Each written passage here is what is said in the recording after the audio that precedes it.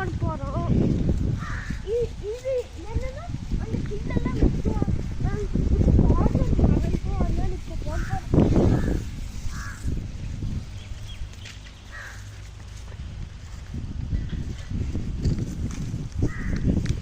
அடுத்தது இங்கே நிறைய செடி இருக்கு.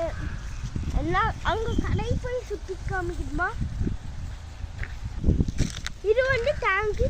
இங்கெல்லாம் மாடு குடிக்கிற தண்ணி.